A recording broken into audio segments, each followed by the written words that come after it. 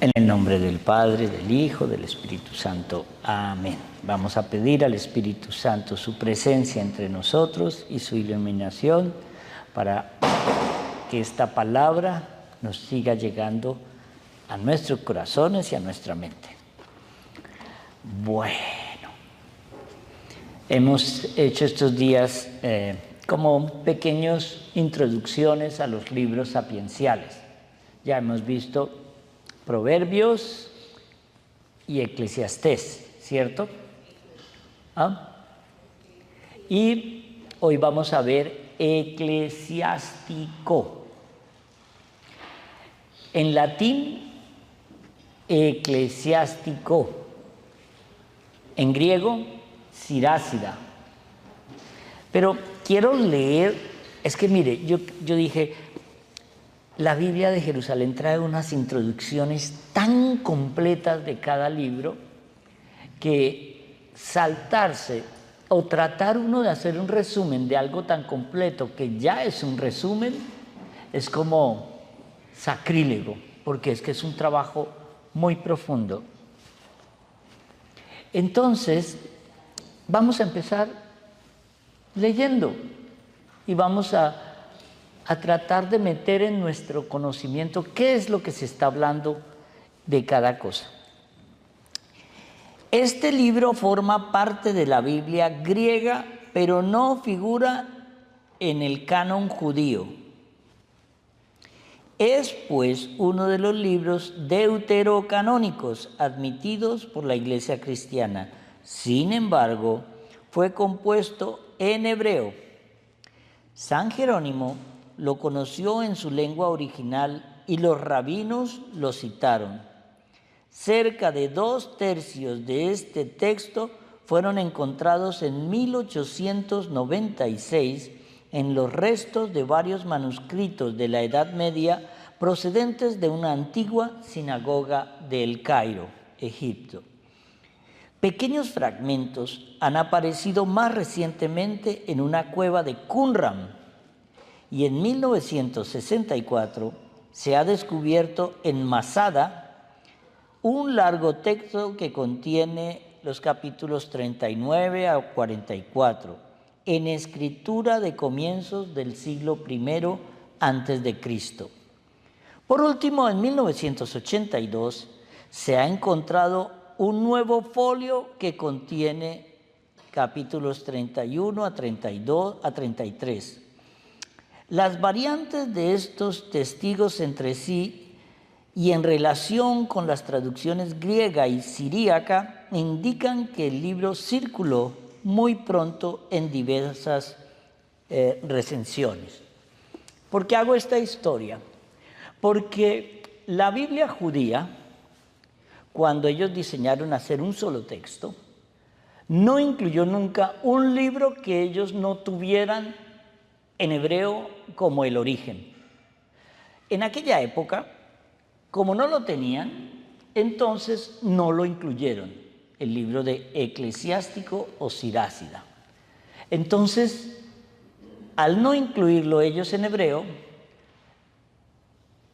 es como si no perteneciera a la Biblia al libro de la sabiduría, pero con el tiempo se han dado cuenta que han cometido un error, porque el libro sí fue escrito en hebreo, sino que solo se encontraban fragmentos. Es muy curioso que uno de los fragmentos más grandes se haya encontrado en Qumran. ¿Se acuerdan de los textos del Mar Muerto que hemos hablado en el pasado? Entonces, históricamente, esto debería haberse corregido, porque sí estaba en hebreo, pero ellos nunca lo corrigieron. Jerónimo, que es el que es llamado por el Papa para construir la Biblia cristiana, en otras palabras, la Biblia católica, es el que de alguna manera dice, no, pero si ya aparecieron textos, hay que meterlo. Y la historia en el siglo XIX, XX y XXI no ha hecho más que corroborar esto. Y siguiendo la lectura nos vamos a dar cuenta. Su título latino Ecclesiasticus es una denominación reciente, la hizo San Cipriano, que sin duda subraya el uso oficial que de él hace la Iglesia, en contraposición con la sinagoga. Recordemos, no está en hebreo, no se cita en la sinagoga judía, pero nosotros sí la citamos. En griego, el libro se llamaba Sabiduría de Jesús ben Sirá, y el autor es también nombrado en el capítulo 50. Actualmente los estudiosos le llaman Ben Sirá el Sirácida, según la forma griega. El nieto del autor explica en su prólogo que si ustedes, la tarea, acuérdense, cuando yo hablo aquí un martes y explico el resumen y doy el pasabocas, con qué nos vamos a encontrar, esa semana lean el libro. Si ustedes siguen a ese ritmo, leeremos tarde o temprano toda la Biblia.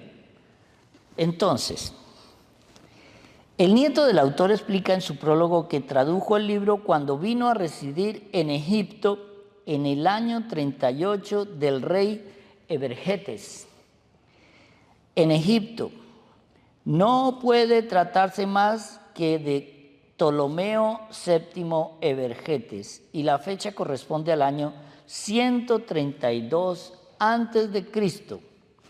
Su abuelo, Ben Sirá, vivió pues y escribió hacia el 190 o 180 antes de Cristo. Un argumento interno confirma esta fecha. Ben Sirá hace del sumo sacerdote Simón un elogio basado en recuerdos personales.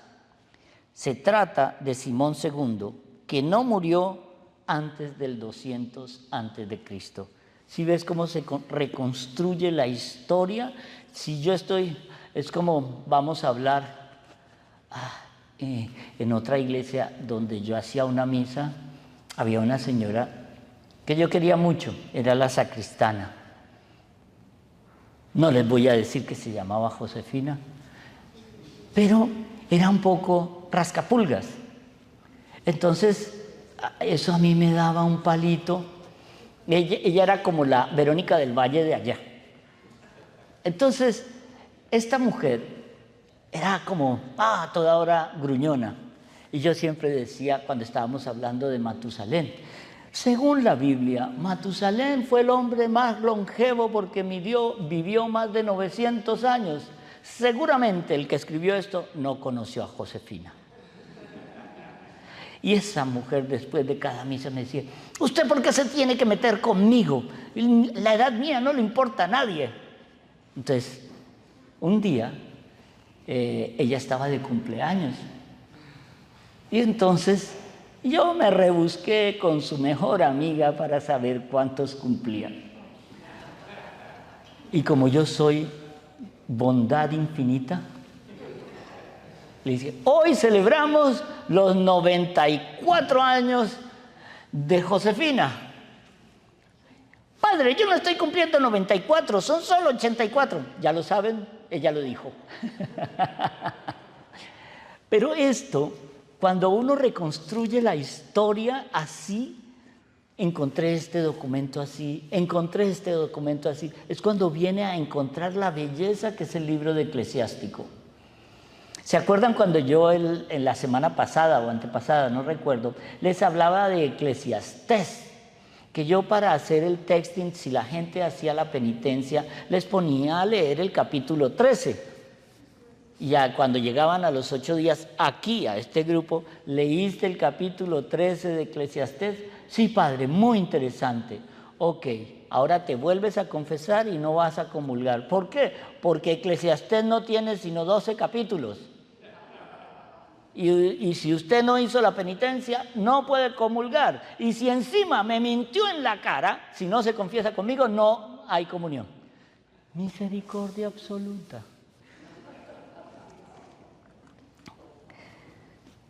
Palestina acababa de entrar bajo la dominación de los seleúcidas en el año 198. Y había adoptado costumbres extranjeras y era, mire, ¿Sabe qué? Antes de continuar aquí les voy a tratar de explicar algo para que entren en contexto. Israel siempre ha sido la tierra de alguien más. Desde que en el año más o menos 1000 regresan, en el 1400, algo así. Y cuando ya está el rey David y el rey Salomón, ponen a Israel como la gran potencia de toda la región. Ahí empieza, en el 780 y algo, vienen los asirios, invaden Israel, destruyen todo el norte de Israel y se quedan ahí. En el 586 vienen los babilonios, invaden Judea, queman el templo y se quedan ahí. Alrededor del 380, el emperador de los persas, el emperador Ciro, en otras palabras, en el 586 eran los babilonios quienes dominaron aquí. ¿Dónde estaba Babilonia? Irak. En el 380 vienen los persas e invaden aquí. ¿Quiénes eran los persas? Irán. En el 300 y pico, pero lo de Irán es bien curioso. Hoy se odian, se quieren matar, pero fue Ciro el que permitió que el pueblo judío regresara a Israel. Qué fuerte, ¿no? Y ahora nos estamos matando. Es lo mismo que nos pasa ahora. Trump amaba a Elon Musk y ahora se odian. Eso es. Pero miren esto, en el 332 antes de Cristo, o sea, venimos del 586, estaban ahí los babilonios. En el 332 nace un imperio. ¿Qué imperio nace? No me griten, no me griten. El imperio griego, con Alejandro el Grande. Y Alejandro el Grande conquista Egipto, conquista Siria y conquista Israel, que era provincia en ese momento de los asirios. Entonces, cuando llegan ahí, Alejandro Magno muere muy joven, muy joven, pero él nombra en Egipto a una especie de gobernador que se va a llamar Ptolomeo.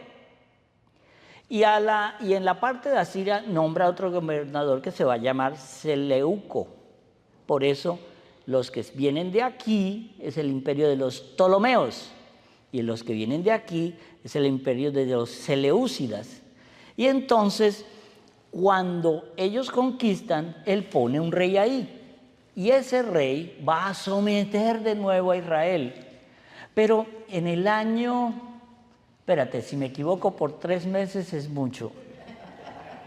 167 más o menos, viene una cosa bien interesante, es la rebelión de los macabeos.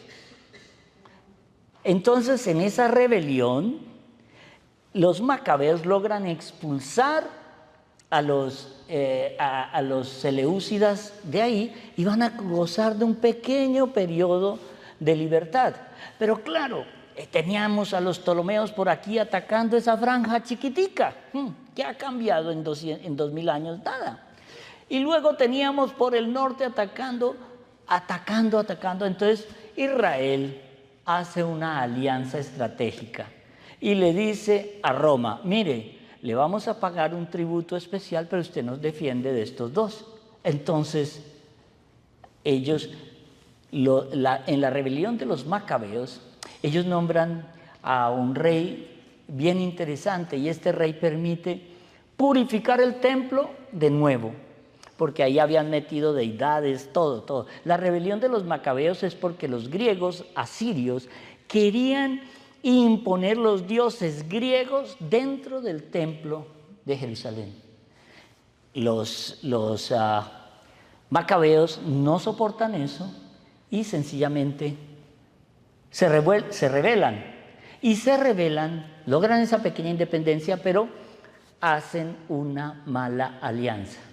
Hay un poema que dice, no te cases con ricos si eres pobre, ni con rica te cases ni con pobre te cases si eres rico, porque esas son falsas aleaciones de oro y cobre. Esto es una expresión en la cual cuando alguien muy rico hace una sociedad con alguien muy pobre, ¿quién es el que sale perdiendo? Ya está. Entonces eso es una sabiduría que está aquí y la vamos a ver. Y dice, por su forma, Ben Sirá opone a estas amenazadoras novedades toda la fuerza de la tradición. Él es un escriba que une el amor de la sabiduría al de la ley. Está lleno de fervor por el templo y sus ceremonias, lleno de respeto por el sacerdocio, pero también conoce a fondo los libros sagrados de los profetas y los escritos sapienciales. La gran conclusión, voy a empezar un poquito por el final, la gran conclusión del libro de Eclesiástico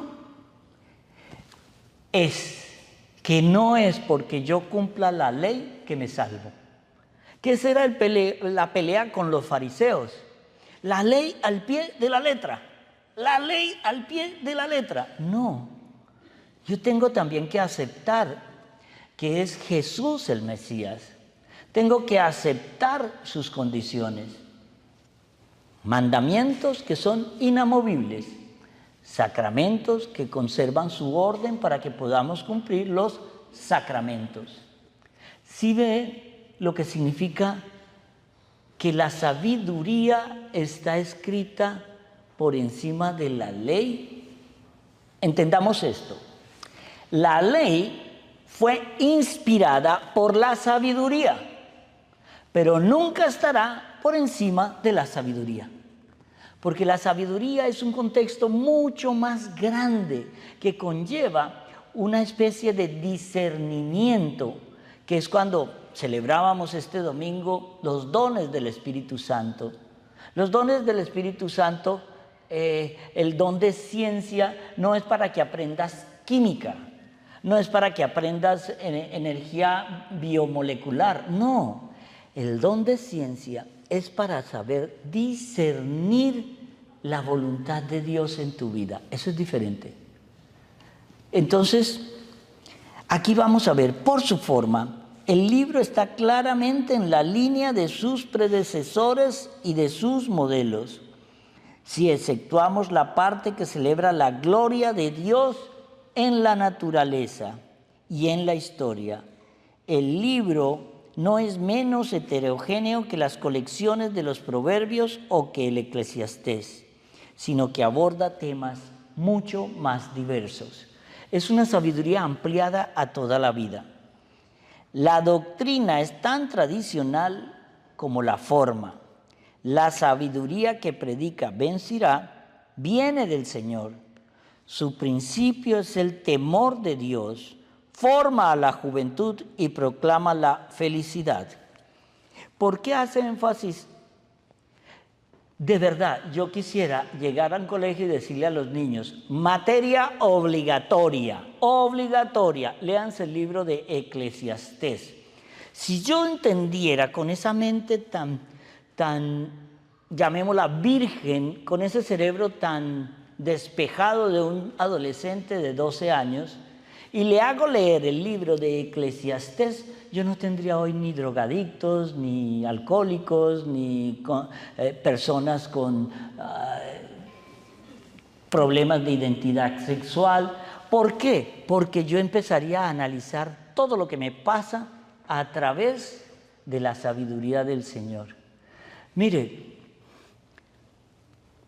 para uno entender la palabra del Señor, aunque ustedes vinieran aquí a 1000 clases únicamente del libro de Eclesiástico, no lo entenderían si no lo leen. Esto es apenas el abrebocas, pero la única manera en que cada palabra que uno aquí trate de explicar se entenderá en la medida de que ya te haya entrado por los ojos y en el entendimiento la palabra. Hay muchas cosas que vamos a leer, que vamos a quedar, pero no entiendo esto. Ese no entiendo es cuando aparece el maestro y te dice, mira, es esto. Y es cuando tú haces, oh. Esa es la belleza de leer la Biblia. Pero si nunca la lees, es la típica persona que viene a misa y se duerme, porque no entiende, es como si esto fuera hueco. Pero si yo ya me he metido con mi voluntad, yo tengo voluntad de aprender, lo voy a ver diferente. Pero el Señor, para darte el don del entendimiento del Espíritu Santo, se lo tienes que pedir. El Espíritu Santo no da dones, no porque no quiera, es porque no se lo pedimos. En estos días estaba yo en un retiro de Emaús y la gente decía, usted le puede preguntar a la gente, no, yo sí rezo. Y yo les preguntaba, no, yo sí rezo. Y llamé a alguien, bueno, ¿y qué? En lo que tú le pides, ¿qué don pides al Espíritu Santo? ¿Sí ves? Y yo puedo hacer esta prueba aquí, pero no los voy a hacer quedar mal, porque hoy hay cámaras, de eso no. Pero si yo les dijera, dime los 7 dones del Espíritu Santo, me dicen 3, 1, 2, hay algunos que me dirán, padre, son 14, no, son 30, porque el grupito es malo, pero parejo, o sea que eso ya lo entendimos. Ben Sira es un innovador cuando identifica la sabiduría con la ley proclamada por Moisés, como también lo hará el poema sapiencial de Baruch, otro libro muy lindo de nuestra Biblia.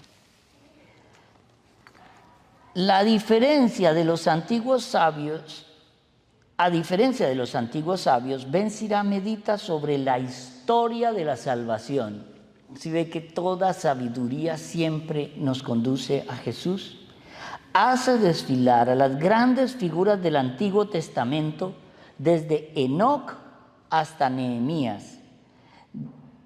Miren esto, de 3 de ellos, Salomón, a pesar de ser el primer sabio, Roboam y Jeroboam, emite el mismo severo juicio que la historia deuteronómica y como esta condena y bloquea a todos los reyes, excepto a David, Ezequías y Josías. ¿Por qué la sabiduría condena los reyes de Israel? Porque es que Dios no quería que Israel tuviera reyes.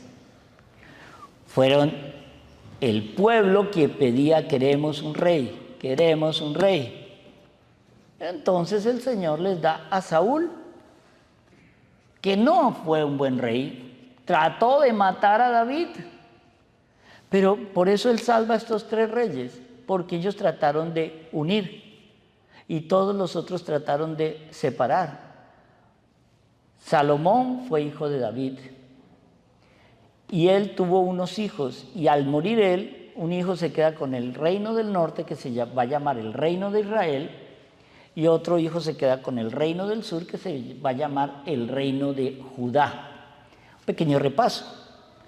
Cuando los asirios invaden el norte, aniquilan y desaparecen las 10 tribus del norte de Israel. Nunca más se volverá a saber de ellos.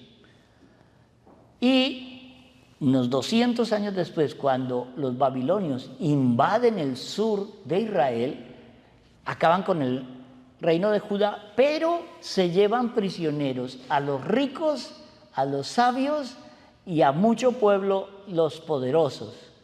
Al rey y a sus hijos los manda matar, pero se lleva eso. Pero eso lo que nos quiere transmitir hoy es que porque cuando Ciro permite regresar a Israel, regresa sobre todo 2 tribus, pero la más grande era la tribu de Judá. Por eso hoy llamamos a los israelitas judíos. Pero hoy sabemos que en Israel no solamente una cosa es pertenecer al pueblo judío y otra cosa es seguir la religión judía, porque hay israelitas musulmanes, hay israelitas cristianos y hay israelitas ateos. Entonces, esa confusión del término es bien interesante. Ben Sirá nos lo viene aclarando en la ley. Pero Ben Sirá se siente orgulloso del pasado de su pueblo. Se detiene sobre todo en los santos y recuerda los prodigios que Dios realizó por medio de ellos, por lo que hizo Dios con Noé, Abraham, Jacob, Moisés, Aarón, Pinjas y David. Con ellos hizo una alianza que sin duda abarca a todo el pueblo, pero que asegura privilegios duraderos durante ciertas familias, sobre todo sacerdotales. En aquella época, la tribu de Leví era de donde salían los sacerdotes. Es curioso que mientras ellos caminaban por el desierto, se iban moviendo de una manera muy coordinada que era recomendada directamente por Dios. Y cuando ellos de pronto encontraban agua o un oasis, se detenían ahí. Y lo primero que armaban era el tabernáculo. Y el tabernáculo era habitado todos sus alrededores por la tribu de Leví. Al norte había 3 tribus, al sur había 3 tribus, al este 3 tribus y al oeste 3 tribus. Y cada tribu tenía una función diferente para la defensa del pueblo, para la defensa de los israelitas.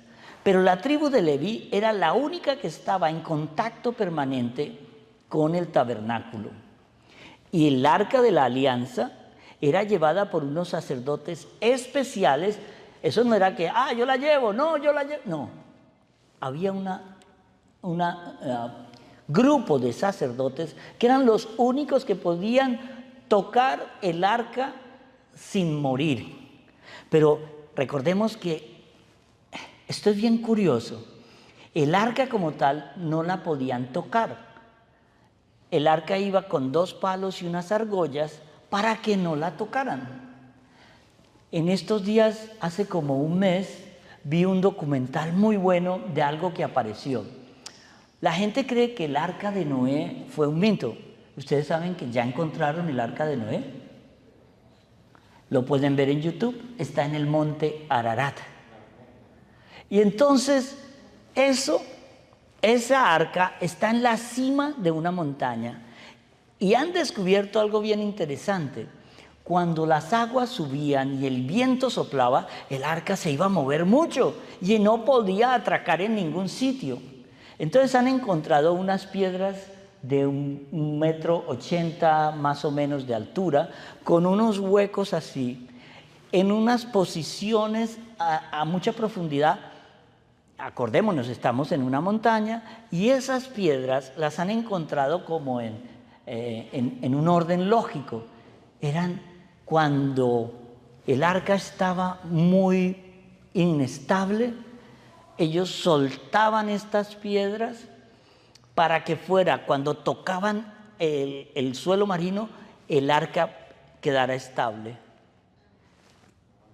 La historia, la arqueología no ha hecho más que comprobar una y otra vez la historicidad de los hechos narrados en la Biblia.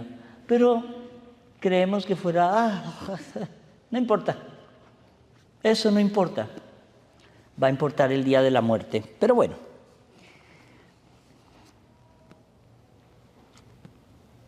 miren esto que en el libro evoca las glorias pasadas con cierta melancolía, pensando en el presente, y a propósito de los jueces y de los profetas menores, desea que reflorezcan sus huellas, sus huesos en su tumba.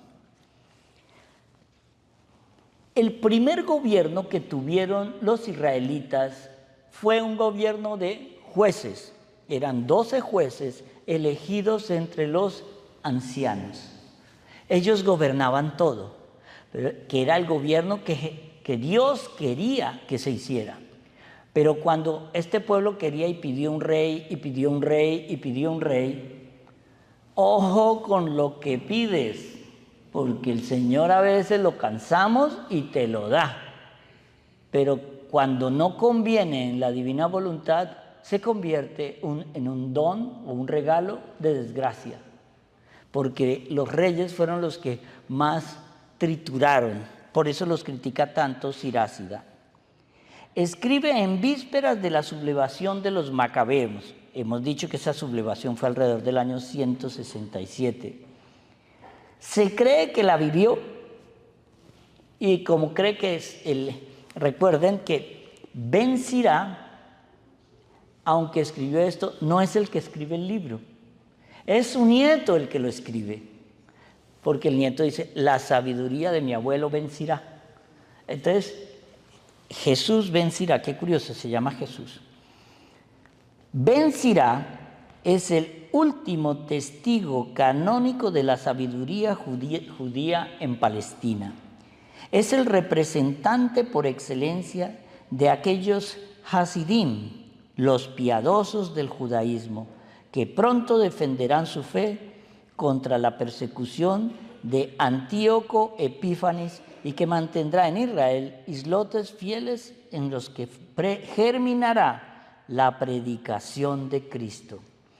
Aunque no fue aceptado en el canon hebreo, el eclesiástico aparece frecuentemente citado en los escritos rabínicos, en el Nuevo Testamento, en la Epístola de Santiago, y toma de él muchas expresiones, y el Evangelio de San Mateo se refiere a él varias veces, y hoy todavía la liturgia se hace eco de esta antigua tradición de sabiduría.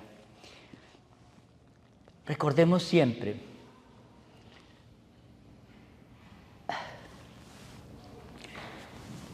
cuando yo estaba en una universidad en Colombia, esa universidad yo estudiaba periodismo, comunicación social. Y había un eslogan bien interesante, y había otra universidad que también era muy famosa por la Facultad de Periodismo. Pero una vez el decano nos dice algo bien interesante. Aquí educamos a los directores de medios de comunicación.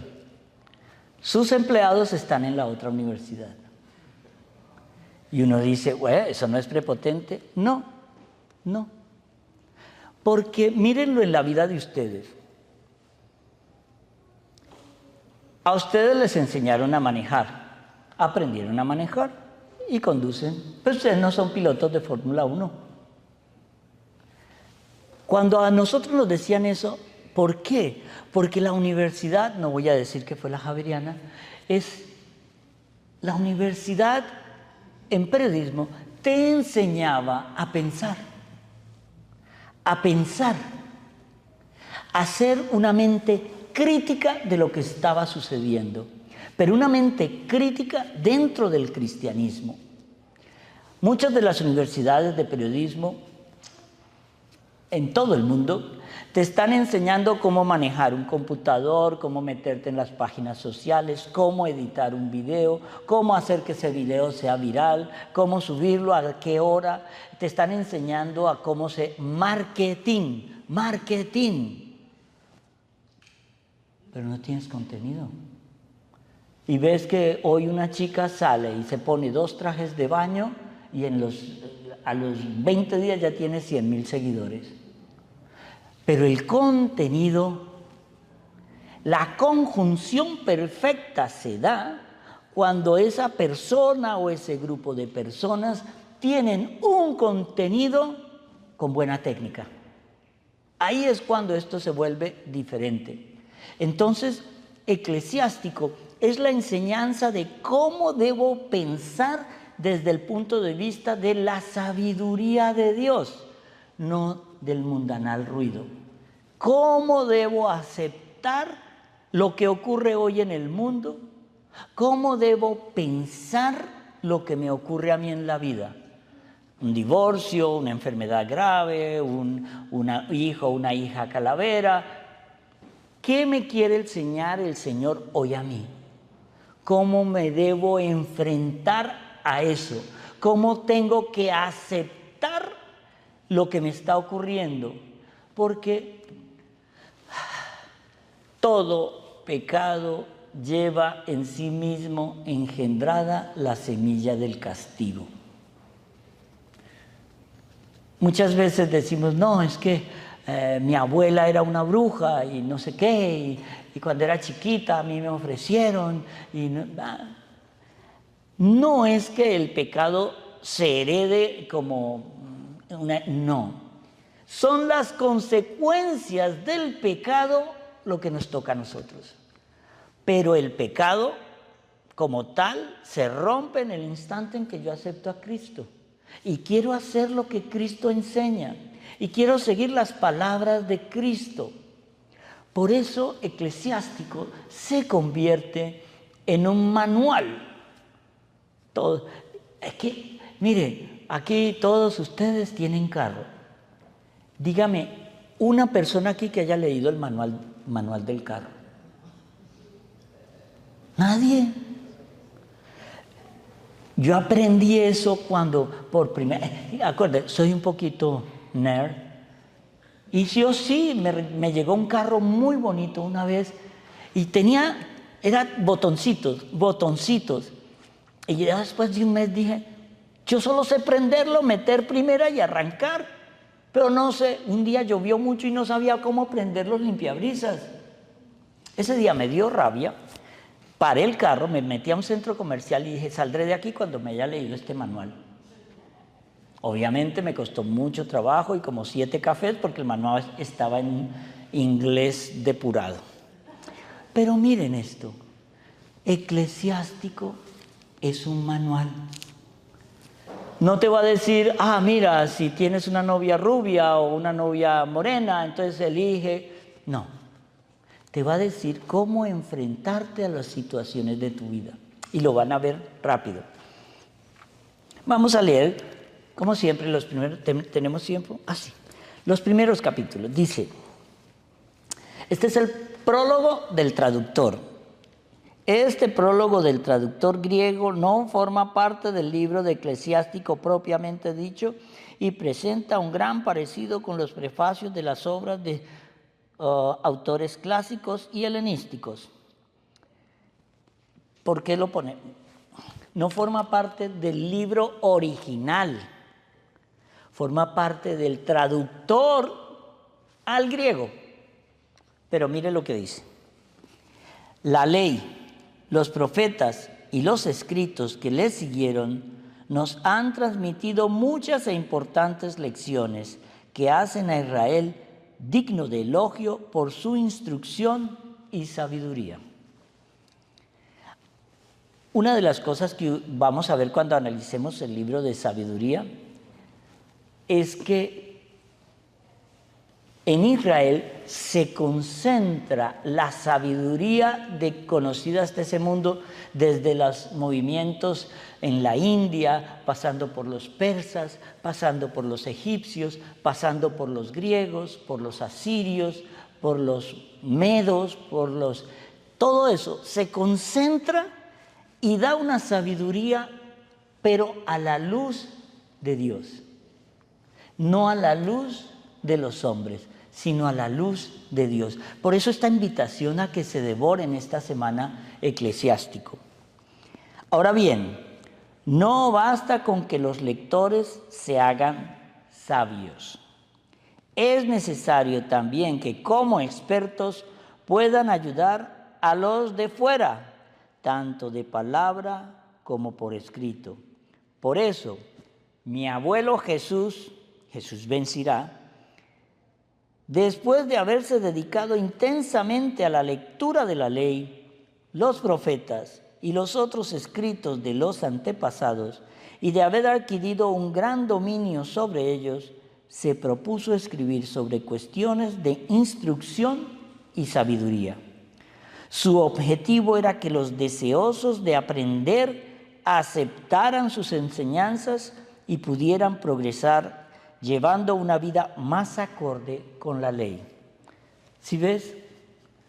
La sabiduría se te revela a medida que tu deseo de saber se incrementa. Si tú no quieres deseos de saber, sigue con tu teléfono, sigue con Instagram, sigue viendo estupideces, que tranquilo, vas a producir estupideces.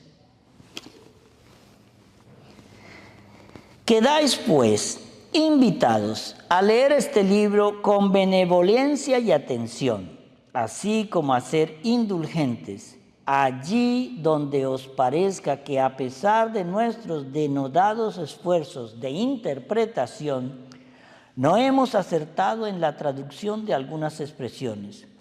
Es evidente que las cosas dichas en hebreo no tienen la misma fuerza que cuando se traducen a otra lengua. Esto no sucede solo en este libro, sino que también la misma ley, los profetas y los otros escritos presentan notables diferencias respecto a sus originales. El año 38 del rey Evergates llegué a Egipto, donde fijé mi residencia por un tiempo. Durante mi estancia allí encontré una obra muy instructiva y me sentí obligado a emprender la traducción de este libro con empeño y diligencia. He dedicado muchas horas de vigilia y trabajo durante este periodo, hasta poder terminar y publicar el libro, para uso de aquellos que, viviendo en el extranjero, desean aprender y reformar sus costumbres para vivir conforme a la ley. Y el primer capítulo es como, la vamos a leer todo, ¿vale? Digan sí. Entonces sí. Origen divino de la sabiduría. Toda sabiduría viene del Señor y está con Él por siempre. ¿Quién puede contar la arena de los mares, las gotas de la lluvia y los días de la eternidad? ¿Quién puede medir la altura de los cielos, la anchura de la tierra y la profundidad del abismo? Antes de todo fue creada la sabiduría, la inteligencia prudente desde la eternidad. ¿A quién fue revelada la raíz de la sabiduría? ¿Quién conoce sus recursos? Uno solo es sabio, temible en extremo, el que está sentado en su trono. Es el Señor quien creó la sabiduría, la vio, la midió y la derramó sobre todas sus obras. Se la concedió a todos los vivientes y se la regaló a quienes la aman. Ahora entendemos por qué cuando nosotros pedimos al Espíritu Santo sus dones y que uno de sus dones es sabiduría. ¿Cuál es la sabiduría que tenemos que pedir? Es la sabiduría divina.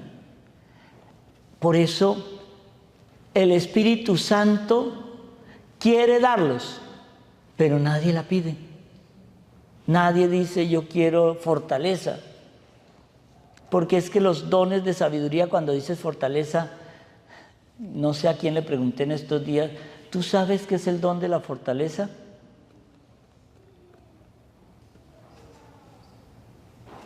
Tienen que ver la misa en la catedral del domingo pasado. El temor de Dios y la sabiduría. ¿Se acuerdan que la enseñanza de Eclesiastés se resumía en el temor de Dios es el principio de la sabiduría? En eso termina prácticamente el libro de Eclesiastés. Y Eclesiástico tiene en este capítulo: el temor del Señor es gloria y honor, alegría y corona de júbilo. El temor del Señor deleita el corazón, da alegría, gozo y larga vida. El que teme al Señor tendrá un buen final. El día de su muerte será bendecido. Principio de la sabiduría es temer al Señor. Ella acompaña a los fieles desde el seno materno. Entre los hombres asentó su cimiento eterno, y con su descendencia se mantendrá fiel. Plenitud de la sabiduría es temer al Señor. Ella sacia a sus fieles de sus frutos, les llena la casa de tesoros y los graneros de sus productos. Corona de la sabiduría es el temor del Señor. Ella hace florecer la paz y la buena salud. hace llover ciencia e inteligencia y exalta la gloria de los que la poseen. Raíz de la sabiduría es el temor del Señor. Sus ramas proporcionan larga vida. Hay un pequeño recuadro aquí que dice, paciencia y dominio de sí. ¿Por qué nos da ira? Porque no tenemos paciencia. ¿Por qué nos da envidia? Porque no sabemos esperar. ¿Por qué nos da rabia que no salgan las cosas como queremos? Todo es ausencia de sabiduría. La pasión del injusto no puede justificarse, porque el ímpetu de su pasión le hará caer. El hombre paciente aguanta hasta el momento oportuno y al final su paga es la alegría. Hasta el momento oportuno retiene sus palabras. Por eso muchos alaban su prudencia. Entender esto es como muchas veces el Señor en el libro de los Salmos dice que no te dé envidia el éxito de los malos. Siéntate a esperar y ya no lo verás. Entonces, cuando el mal está tratando de emular el bien, trata de hacer lo mismo. ¿Se acuerdan la historia de los 3 curas que se pusieron a hablar con el demonio? Es lo mismo. ¿Se acuerdan del cura que fue atacado por 3 demonios? Había un cura muy bueno, que el demonio tenía rabia con él porque no caía y no caía y no caía. Entonces le mandó el demonio de la lujuria. Y llegó una mujer muy linda, lo trató de seducir y le dio y le dio y le dio, pero él se puso a orar y venció la lujuria. Luego le dijo, vamos a darle el demonio de la vanidad, el orgullo, la vanagloria. Entonces todo el mundo empezó a decir, Padre, qué bueno habla usted, un poquito más y se parece a Padre Osi. Qué humildad, qué humildad. Entonces, él empezó a orar y no se dejó engañar por vanas palabras y venció al demonio de la vanidad y siguió adelante. Y luego vino el demonio de la avaricia. Empezaron a llegarle ayudas para el templo y dinero venía por acá y venía y le decían, Padre, mire, no, esto es, cójalo para usted, para sus gastos, son miserables 10 millones de dólares, que tranquilo. Y él siguió orando y venció el demonio de la avaricia. Estos grandes demonios se dieron por vencidos. Y entonces se fueron ya, un día estaban ya saliendo de la iglesia y iban directo a darle cuentas a Satanás.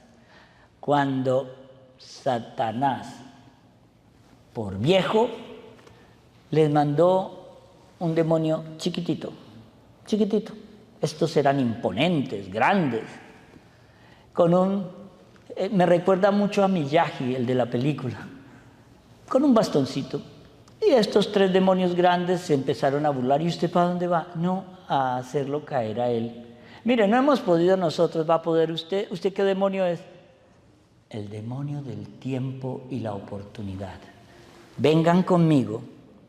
Y en el momento que ese sacerdote deje de orar, yo les diré, ataquen. Y ahí ganan. Así es como nos ataca el demonio a nosotros. Tú puedes estar en santidad orando 7, 8, 10 años, pero eso sube el nivel de la tentación. Y cuando ese nivel de tentación sube, es cuando más tienes que orar.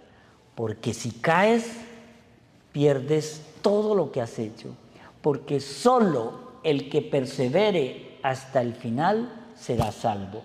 Lo dice la Biblia, no yo. Y entonces, la sabiduría del eclesiástico nos va a enseñar a cómo perseverar en la oración con el tiempo. Ese es el mensaje hoy de Eclesiástico.